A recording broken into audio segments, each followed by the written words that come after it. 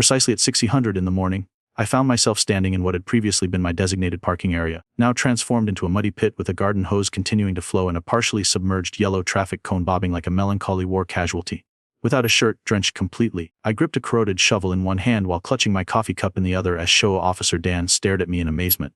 "What on earth occurred here?" he inquired, his radio buzzing with interference. I calmly sipped my coffee and responded with complete seriousness. "Karen occurred, so I created a pond." This marked the instant when everything ceased being about parking spaces and began turning into a personal vendetta. 7 days prior, the entire situation had commenced with a small yellow Miata and an abundance of self-importance. Karen had relocated to our community 5 months earlier, and from the very beginning, it resembled observing a reality television program unfold live. She donned enormous sunglasses during twilight hours, walked a tiny poodle dressed in a ballet skirt, and conducted daily patrols in her customized golf cart decorated with sparkly stickers. The initial time she occupied my spot, I overlooked it. Everyone commits errors. The second occurrence prompted me to leave a note. The third incident led me to contact the HOA, but after the 5th time, I understood that Karen wasn't mistaken. She simply didn't care. My parking space wasn't merely any ordinary spot, it was the location nearest to our entrance, designated years ago as a reasonable accommodation for my wife, who experiences mobility challenges following a serious accident. There's even a small metal placard stating, "Assigned reserved." Karen decided to interpret this as, "available whenever I feel like it." And each time I approached her, she would dismiss me with a wave and declare, "It's just for a moment," which frequently extended into half a day. Every time I reported the violation, the HOA responded with mechanical indifference. "We'll look into the matter." This investigation seemingly involved disregarding the photographic evidence I provided, and somehow determining that I might have digitally manipulated the timestamps. Then arrived the Tuesday that transformed everything. My wife had a specialist consultation across the city, a rare appointment we'd waited months to secure. We stepped outside with her mobility aid and bag, only to discover Karen's Miata positioned squarely in our space once again. I knocked on her door for 10 solid minutes before she finally answered, mid-phone conversation. Without ending her call, she smirked, said oops and closed the door. No apology, no relocation. We were forced to cancel the appointment. My wife attempted to remain composed, but I witnessed the pain in her expression. That evening, something within me snapped. No more warnings, no more notes. Karen had declared war on common decency and I was finished being polite. The following morning I courteously requested that she cease once more. She responded with a smirk and stated, "You cannot possess a section of pavement, sweetheart. Don't be so theatrical." That same afternoon, I discovered a scratch across my rear bumper that hadn't existed before. It was deep, intentional, and unmistakably recent. I examined the footage from my driveway camera at 2:47 p.m. Karen brushed against my vehicle with her handbag, looked directly at the camera, grinned, then casually dragged her key across the paint. I nearly burst into laughter. The audacity was comically exaggerated. Rather than confronting her again, I visited my old friend Lewis, who worked in city zoning. Over beer and snacks, I explained the circumstances and proposed a wild concept. What if I converted the parking spot into part of my landscaping? Technically, the land fell within my property boundaries. Lewis chuckled, then frowned thoughtfully and said, "You might actually be able to accomplish that." He retrieved his laptop, examined some boundary lines, and by evening's end, we had developed a viable strategy. All I needed was to label it stormwater management landscaping, and I could legally submit an application for a minor excavation permit. The next morning, I filed the paperwork. By Friday, I had received approval. That weekend, the genuine entertainment began. I commenced modestly, using my backyard equipment to excavate around the perimeter of the space while Karen observed from her porch, arms folded and disapproval set to maximum. I marked the area with utility flags, knowing this would only perplex and aggravate her further.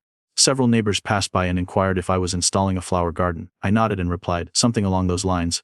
On Sunday afternoon, I rented a compact excavator. The HO regulations permitted landscaping equipment to be temporarily stationed on property, another beautiful loophole. By Monday morning, my parking spot had become a shallow basin roughly the size of a small above-ground pool. Karen was furious. She marched across the lawn, red-faced, arms swinging as if conducting an angry symphony. "You cannot simply excavate the parking area," she snapped.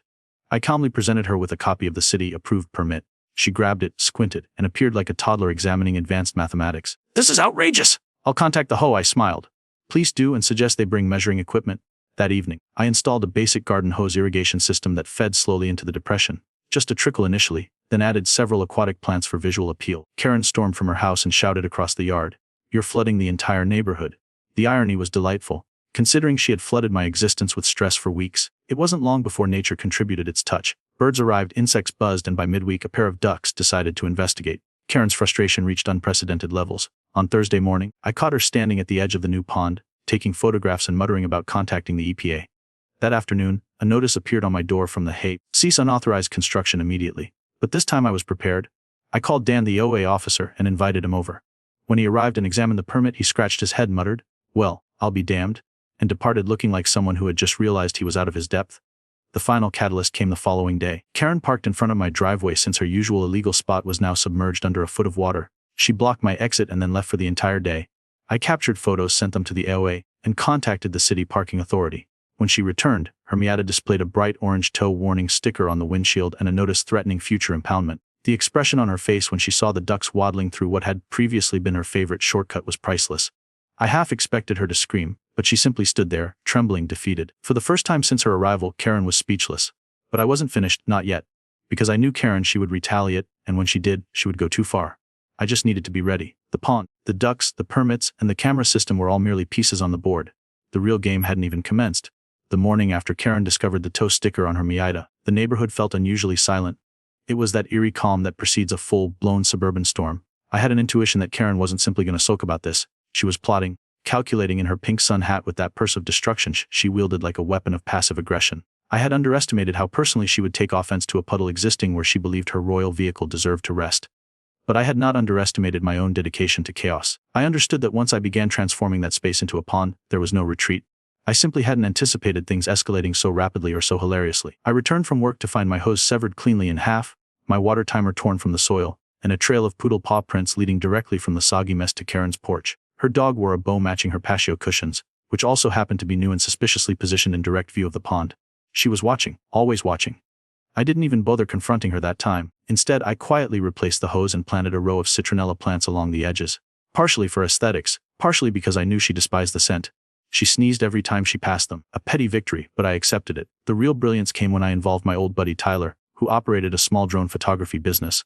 I asked him to help document the project for my gardening blog, which didn't exist, but Tyler didn't mind.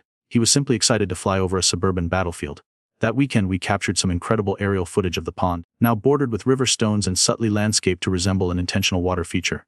I even added a solar-powered waterfall pump I found on clearance, which provided a gentle bubbling sound that made it seem expensive. The ducks returned, then a frog, then two more. Nature was doing its work, and I simply sat back grinning like someone who had transformed spite into serenity. But naturally, Karen wasn't going to let that be the conclusion. Monday morning, I observed her on the phone in her driveway, gesturing wildly toward the pond while pacing in furious little circles. She stopped when she noticed my drone hovering overhead and gave it an obscene gesture. The footage was golden. I posted it anonymously to the neighborhood social group with the caption, "Karen loses an argument to a duck pond." Within an hour, it had received 32 likes, and someone added a slow motion effect to her hand gesture. I knew I had achieved viral status in our little cul-de-sac microcosm, and the best part was she didn't even realize it was me. Tuesday, a city inspector appeared. He carried a clipboard, a badge, and the exhausted expression of someone who'd been dragged into HOA drama far too frequently. Karen followed him like a shadow as he examined the pond, took notes, then approached me with a sigh. He requested the permit, which I handed over with a smile. He reviewed it, made a notation, then leaned in slightly and whispered, "I'm only here because someone filed 5 separate complaints under 5 different names, all from the same IP address." He gave me a knowing look and walked away. Karen didn't even attempt to hide her disappointment as she trailed behind him, probably explaining how the ducks were conspiring against her or how I was orchestrating a domestic water crisis. That evening, the HOA called an emergency meeting. I had expected it for days. They always held these gatherings in the community center, where cheap folding chairs and burnt coffee somehow made neighborhood disputes feel more official. Karen arrived in full litigation mode carrying a stack of binders, pictures, and what appeared to be hand-drawn diagrams of duck-related damage. I came with a USB drive, a folder of my permits, and a cup of tea. The meeting began with HOA President Mark clearing his throat as if announcing new legislation, then immediately yielding the floor to Karen, who stood as if addressing the Supreme Court. She spoke for nearly 15 minutes continuously, citing noise pollution, mosquito breeding grounds, bird attacks, and one particularly unhinged accusation that I had invited the ducks intentionally. She called the pond a biological hazard and demanded immediate action. Then she produced a photograph of her poodle looking confused near the water's edge, claiming emotional trauma. I nearly choked on my tea. When my turn came, I simply handed over the drone footage, permit documentation, and played a clip of her keying my bumper and making an obscene gesture at the drone. The room fell completely silent. Then someone in the back coughed to conceal laughter. Just as Mark began to speak again, the door opened and someone unexpected entered: Todd, the mayor's assistant. It turned out Todd lived several doors down and had been following the entire saga with quiet amusement. He stood and said, "As a city representative, I've reviewed the permits and walked the site. Everything's in compliance. Also, it's a damn fine-looking pond." The room erupted in murmurs. Karen looked as if she had swallowed a whole lemon. The meeting concluded with a decision to take no action. The pond would remain. Karen stormed out, her heels clicking furiously against the tile, and I lingered just long enough to hear someone say, "Honestly, the ducks are kind of cute." That night I celebrated with pizza and watched from my living room as Karen dragged a traffic cone to block the road in front of her house, like a self-appointed general staging a final stand. I couldn't help but laugh. The war wasn't over, not by a long shot. but for the moment my little duck ponded triumph. The ducks floated lazily beneath the moonlight while I sat on the porch with my tea, wondering just how far Karen would go next and how much more ridiculous this could all become. Something told me the answer was very, very far. By the time Thursday arrived, I thought perhaps, just perhaps, Karen had exhausted her energy. Her recent attempts had ended in spectacular failure. The HOA had sided with me, and the ducks were now minor celebrities in the neighborhood. I had even received an anonymous thank you card with duck stickers that simply read, "Thanks for the entertainment, pond guy." But peace is never permanent when you live next to a Karen, and I should have known her silence wasn't surrender, it was preparation. Because that morning, she struck back in a way that was so absurd, so outlandishly desperate, that it would have been amusing if it hadn't been so incredibly messy. It began with a strange gurgling sound coming from the hose line I'd installed to keep the pond fed. I walked out half awake with coffee in hand and noticed something bubbling in the water. Not the usual aerator bubbling, but something thick and unnatural. Then the smell hit me: chlorine. Not the light poolside scent of summer, but the aggressive stench of industrial-grade cleaner. I shut off the system immediately and followed the hose line back behind the hedges, where I found a puncture wound in the rubber tubing. Next to it was an empty container of pool shock, tossed carelessly into the bushes. It didn't require detective work to determine who had done it. My first reaction was disbelief. Dumping chemicals into a man-made pond in the middle of a suburban neighborhood, with ducks and frogs and other wildlife clearly visible. That wasn't petty anymore, it was illegal. I immediately grabbed my phone and checked the footage from my wildlife cam. And there she was, Karen, dressed in all white like she was attending some bizarre ritual, sneaking up to the hose and pouring something into a funnel, her face twisted in triumph.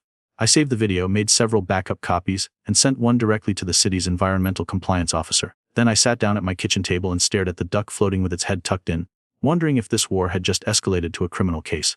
But the twists didn't end there. That afternoon, an HOA meeting notice was posted to everyone's door again. This time it wasn't about the pond, it was about the water. The message warned of potential contamination due to an unauthorized landscaping project. My name wasn't mentioned, but the intent was obvious. I knew Karen was behind it. The language had her melodramatic flair, and the fact that the OA was still pretending to be neutral made it even more irritating. I called Mark, the HOA president, and asked point blank if Karen had submitted any new complaints. He sighed and said, "She submitted a 14-page document accusing you of creating an ecological collapse." For 14 pages, I couldn't even write that much in college. While I prepared my response, something even more insane happened that evening.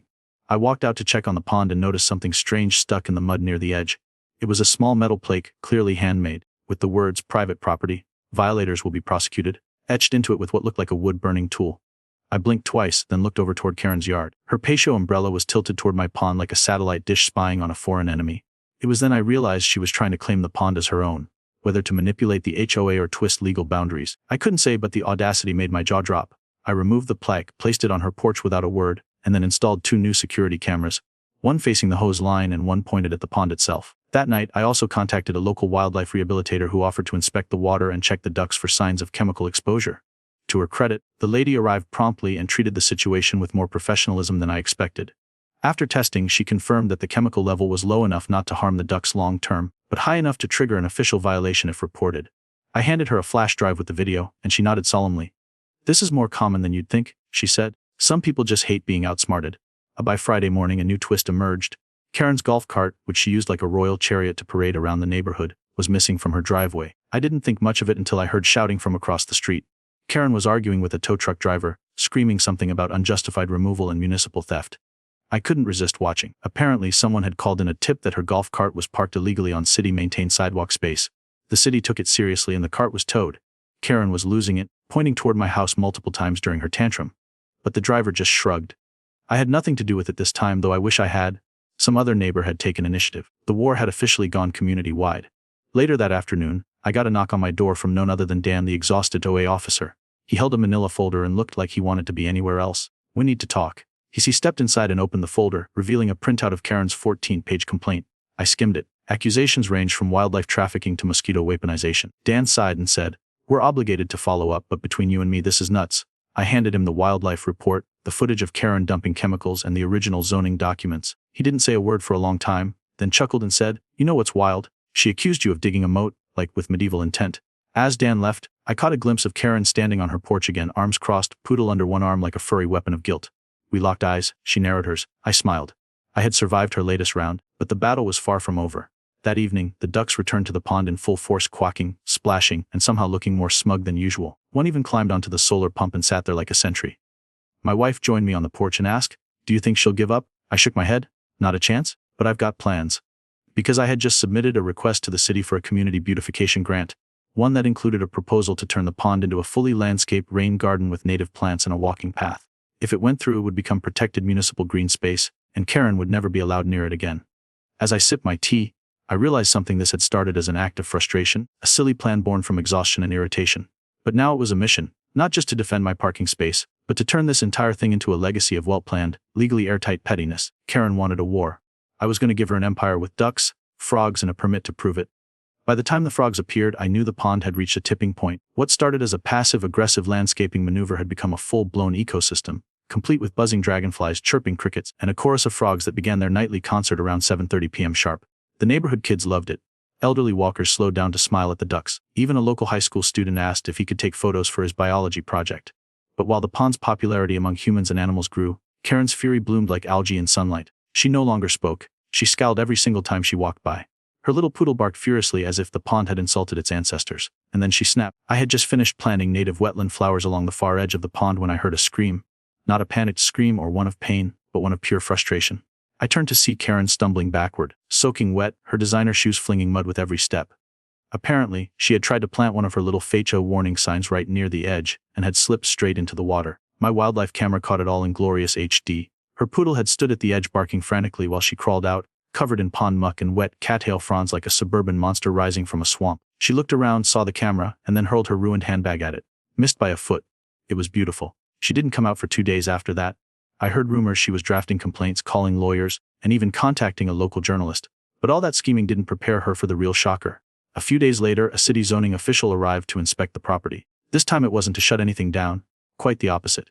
My grant application for community beautification had been approved, and the official was there to take measurements for the preliminary review. Once they confirmed the pond's location was viable, I could move forward with having it officially designated as protected stormwater landscaping.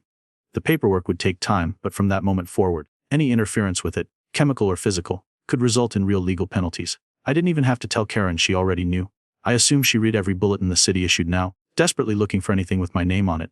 That afternoon she reemerged in full battle dress, wide, brimmed hat, white gloves, a clipboard tucked under one arm, and her mouth drawn tight like she'd bitten into a lemon.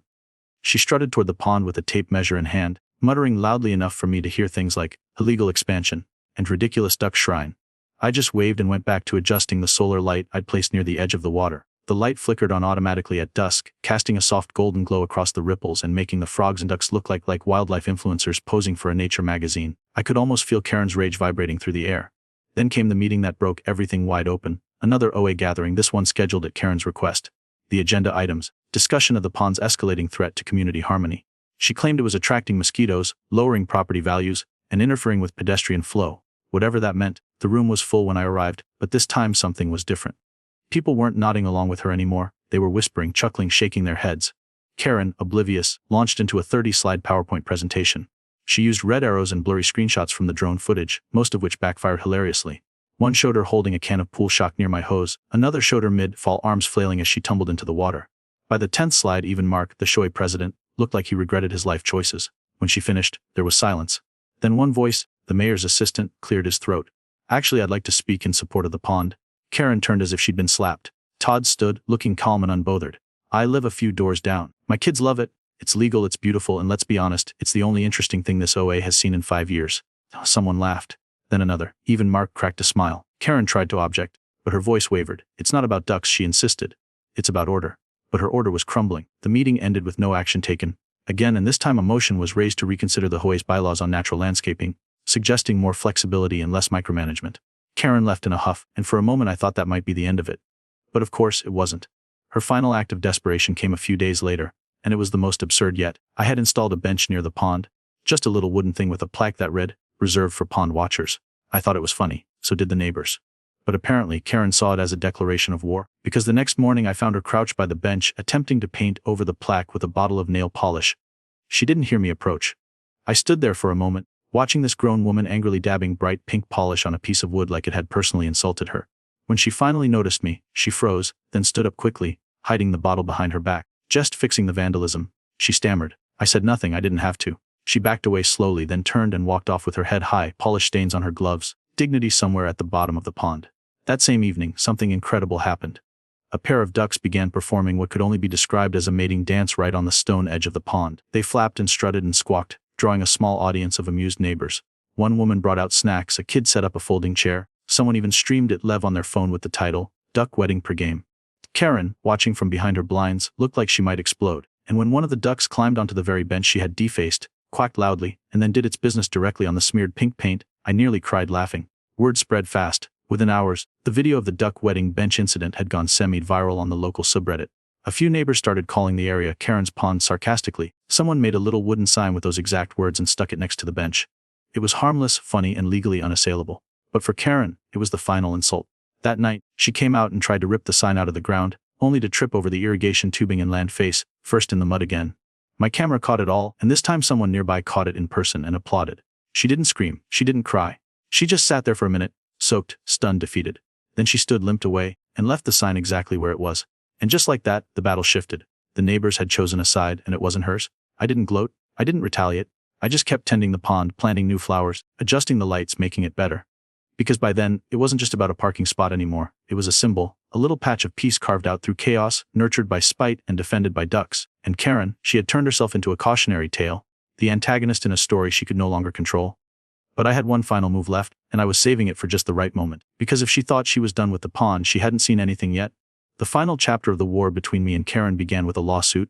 A real, official, stamped by a court clerk lawsuit that arrived in a beige envelope, hand-delivered by a man who looked so tired he could have been mistaken for one of the frogs at my pond. I accepted the envelope without a word and opened it at my kitchen table while sipping tea. Inside was a stack of papers where Karen accused me of everything from deliberate property devaluation to duck-induced mental anguish. She claimed my pond was a nuisance, a threat to the health and safety of the neighborhood, and, for good measure, a tool of harassment. I blinked. Then I laughed so hard I spilled my tea. She'd actually tried to sue me for having ducks. Of course, lawsuits have a way of backfiring when you don't have your facts straight. Her complaint included a list of demands that read more like a tantrum than a legal filing, removal of the pond, prohibition from speaking about her in public forums, financial restitution for emotional trauma, and a mandatory apology delivered via community newsletter.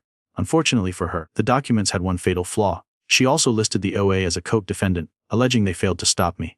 That meant she dragged them into the mess too, and they were not happy. Within a week, the HOA's legal counsel filed a motion to dismiss and counter, sued Karen for defamation, harassment, and repeated violations of community peace standards. Suddenly, Karen found herself being buried under the weight of her own nonsense. The next few weeks were blissfully peaceful for me anyway. Karen was rarely seen outside, and when she was, it was only to hurriedly retrieve her mail or shuffle her poodle through a 5-second walk.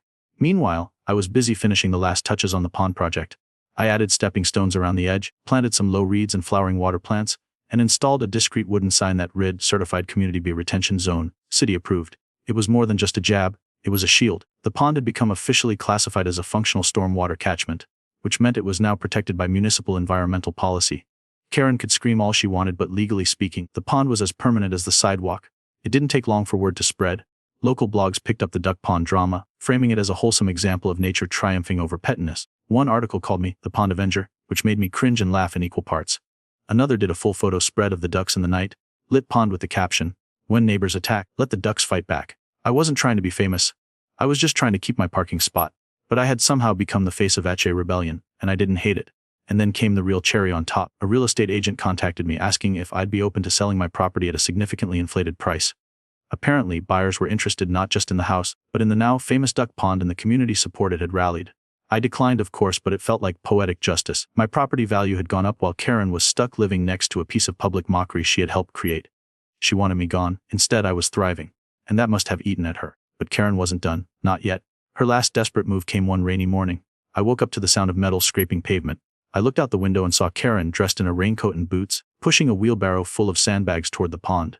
She wasn't even trying to be subtle. She began stacking them at the low end of the basin, as if trying to divert the rainwater away from the pond and toward the street. I watched, stunned, then amused, then finally annoyed. I walked out with my phone and calmly said, "You know this is a crime, right?" She froze, turned slowly, and shouted, "This is my right as a homeowner? This pond is a threat to everyone? You've poisoned this neighborhood." By the time the police arrived, thanks to another neighbor who had already called, they found her knee deep in pond muck, shrieking about conspiracy and HOA corruption while throwing sandbags like she was defending a medieval castle. The responding officer recognized her immediately.